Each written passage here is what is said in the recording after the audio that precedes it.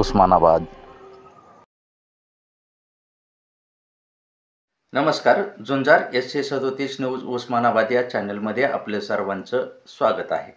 आपण पाहत आहात दिनांक 10 जून 2025 रोजीच्या उस्मानाबाद धाराशिव जिल्ह्यातील 10 ठळक घडामोडी। शिक्षकाचे पोर्टल सुरू, 2500 शिक्षक बदलीस पात्र। 36,691 वाहन चालक परवानाधारकांपैकी अपूर्ण पत्ता व पत्ता न सापडलेले 130 परवाने कार्यालयात आले परत। मे आणि जून सुरुवातीच्या पावसाने झाले पूर्णतः शिवाराचे तळे, शेतकरी झाले हवालदिल।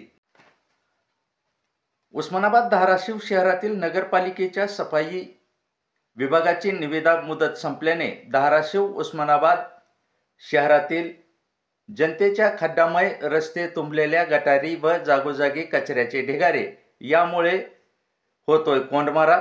तरीही 140 कोटीच्या रस्त्याच्या कामाची मुहूर्त काही लागेना। एकाच दिवशी 15 लाख वृक्ष लागवड करून जिल्ह्यात एक आदर्श निर्माण करावा, जिल्हा अधिकारी कीर्तिकिरण पुजारा यांचे आव्हान। सोलापूर, तुळजापूर, धाराशिव रेल्वेचे काम जलद गतीने पूर्ण करावे, मुंबई मध्य रेल्वेच्या बैठकीत सदस्य जाधव यांनी केली मागणी।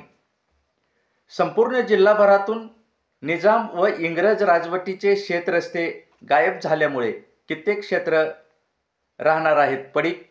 रस्ते पूर्ववत तयार करण्याची शेतकरी लावून धरत आहेत मागणी।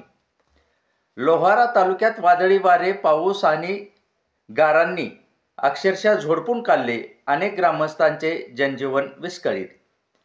वाहन चालकांना सावधानतेचा इशारा, नियमबाह्य पद्धतीने वाहन चालवताना जर आपण आढळलात तर होईल कारवाई। यापुढेही सतत कारवाईची मोहीम सुरूच राहील, पोलीस दलाने दिली माहिती। आज झालेल्या राज्याच्या मंत्रिमंडळामध्ये महाराष्ट्र राज्य अनुसूचित जाती आयोगास वैधानिक दर्जा मिळणार, आगामी विधिमंडळ अधिवेशनात विधेयक आणणार। राज्यातील शासकीय भौतिकोपचार आणि व्यवसाय उपचार पदवी विद्यार्थ्यांना विद्यावेतनातून 6,250 रुपयांची वाढ, पदव्युत्तर व पदवी विद्यार्थ्यांना विद्यावेतनास 10,000ची वाढ, तर BSc नर्सिंग अभ्यासक्रमाच्या विद्यार्थ्यांनाही मिळणार 8,000 विद्यावेतन। आणि राज्य उत्पादन शुल्क विभागाच्या महसूल वाढीच्या दृष्टीने विविध प्रकारच्या दरामध्ये केली जाईल सुधारणा। हा निर्णय आज झालेल्या मंत्रिमंडळाचा। तर आपण उस्मानाबाद धाराशिव जिल्ह्यातील 10 ठळक घडामोडी, अशाच नवनवीन घडामोडी पाहण्यासाठी झुंजार SC37 Osmanabad news channel like करा, शेअर करा, सबस्क्राईब करा आणि झुंजार SC37 ब्लॉग पोस्ट फॉलो करा। धन्यवाद।